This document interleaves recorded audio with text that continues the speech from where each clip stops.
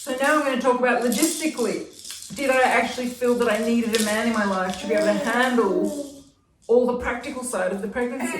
No, I didn't. I felt really, really empowered. I felt really capable.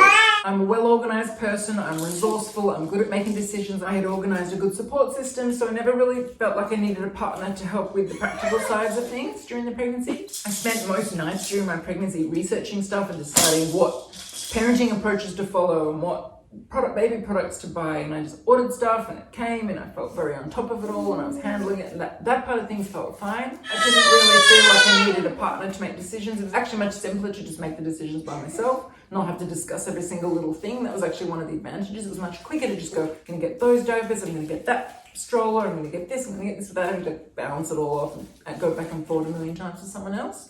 That was actually good. I was totally fine to drive myself around, to drive to doctor's appointments, to carry things, like I was having an easy pregnancy for most of the time. So as I've said, so that made a difference. If I had been struggling or I'd been sick or I'd been nauseous or I'd been unwell, it would have been a whole different story. I might have really been wishing I had a husband or wishing I had a partner during my pregnancy. Of course I probably would have been feeling that, but because I was lucky and had an easy pregnancy, none of that came up for me. I felt really kick-ass, I felt really badass, I felt really empowered, I felt capable, I felt strong. But then something happened that really shook all of that up. I lost my license, my driving license, speeding. Ironically, I was actually driving quite slowly. So in Australia on the freeways, there's a 100-kilometre speed limit. I drive in Australia, say driving like a nana, driving like a grandmother, because I always drove about 80. I always go much under the speed limit. I don't like driving fast, that's the irony. But because I live in a rural area, it often changes from 100 down to 60, and you don't always notice because it's not obvious that the speed limit has changed. And I was driving back at like 11 p.m. at night. My mind was full of all this stuff. I'd just been going to birth centres and interviewing midwives, and I was like, and it was a long drive, and it was a road I'd never driven down before, and I didn't realise it dropped from 100 down to 50 kilometres per hour.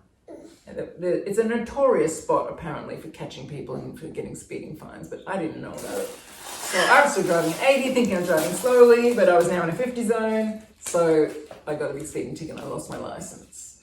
Now, at the time, I was 7 months pregnant. Now, that may not sound like a big deal if you live in a city, because if you live in a city, you just catch taxis and catch Ubers and get buses and get trams and get trains. But I live in the middle of nowhere.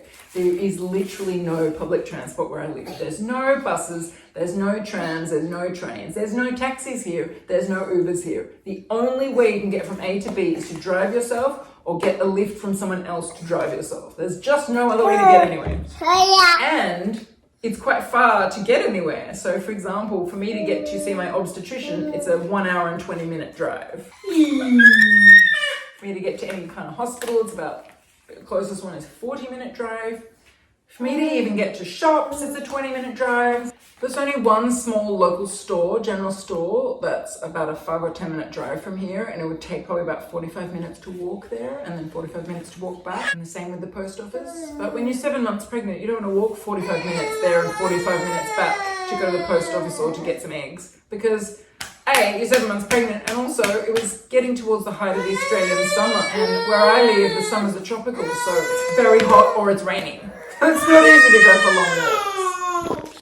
I've just given her some milk, so now she's a little bit quieter. She was hungry before, that's why she was so noisy. So you have a chance to go to court before they take your license away, and my lawyer had absolutely assured me there is no way they will take your license away in your situation, being single, being pregnant, being 7 months pregnant, living in the middle of nowhere with no public transport, especially given, you thought you were under the speed limit, it was an accident, you didn't intentionally speed, and you've never done it before. And I had a pretty good driving record, so we were pretty sure it would be fine. But what happened was the normal magistrate was not there that day, and there was a substitute magistrate there, and who knows, maybe he was trying to prove himself, who knows, but he was a real stickler for the rules. He didn't care about compassionate grounds, and he took my license away, and my lawyer was in shock, the whole courtroom was in shock. I was so in shock. I have to say, it's probably the closest thing I've ever had to a panic attack. I remember sitting in that courtroom and just thinking, oh my God, I can't even get home. I can't get home. The court was an hour from my house. There was no physical way for me to get home. There's no bus, there's no taxi, there's no tram, there was no Uber. And I was like, I'm gonna have to now rely on someone to come drive for an hour to pick me up. out of the goodness of their heart and drove me home. And this is what the rest of my pregnancy is going to be like. How am I going to get to my doctor's appointments? How am I going to get to my obstetrician? I can't call an ambulance every time. How am I going to do my shopping? How am I going to go to my pregnancy groups? Like, it was just an actual nightmare. And it was the first moment where it hit me. What on earth have I done?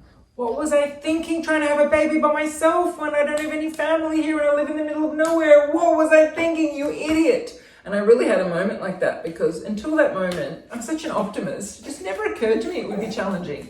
I just thought it would be fine. I'm a capable person. I'll find solutions. But at that moment, I suddenly realized, oh my God, what if I hadn't lost my license? But what if I got sick? Or what if I wasn't able to drive later in my pregnancy because my tummy was too big or because I had complications, I had high blood pressure?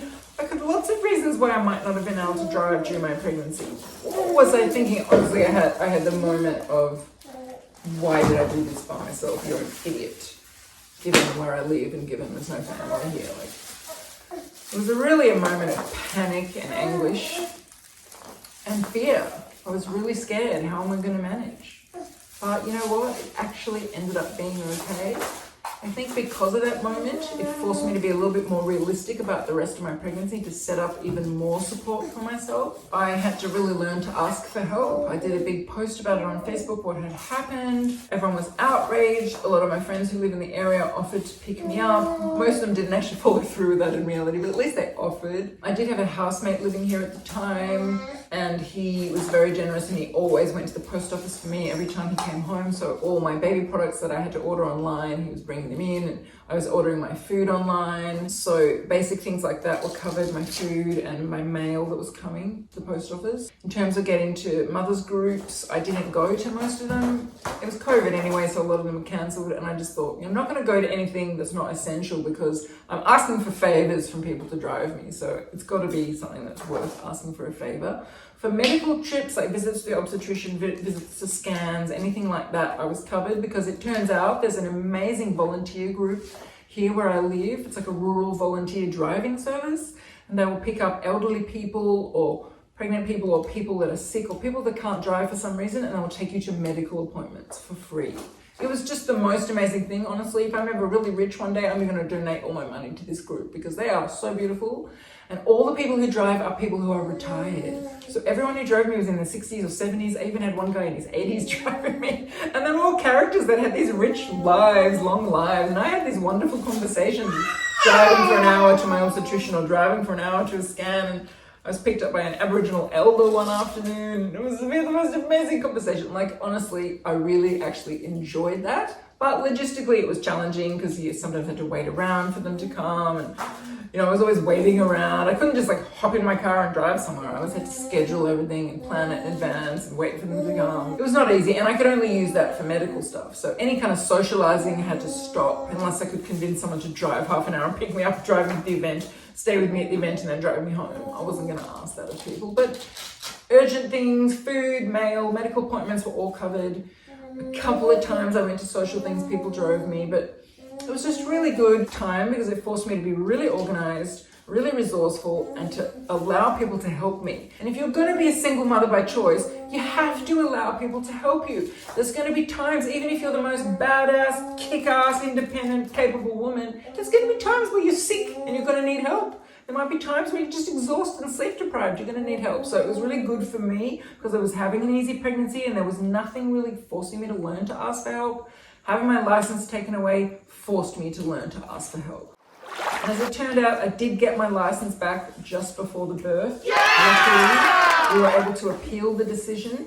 And a very lovely barrister, that's like a litigation attorney in Australia, offered to do my case for free because it costs a fortune to hire a barrister, and she just was so outraged that they'd taken the license away from a pregnant woman who lived in the middle of nowhere that she took my case on for free, and she was fantastic. And we got the whole thing overturned. I got my license back just before she was born, which was great. As it turned out, I wasn't going to drive for the next few months once the baby was born because I basically didn't leave the house once I had the baby. But it was just good knowing that if I had to drive, I could.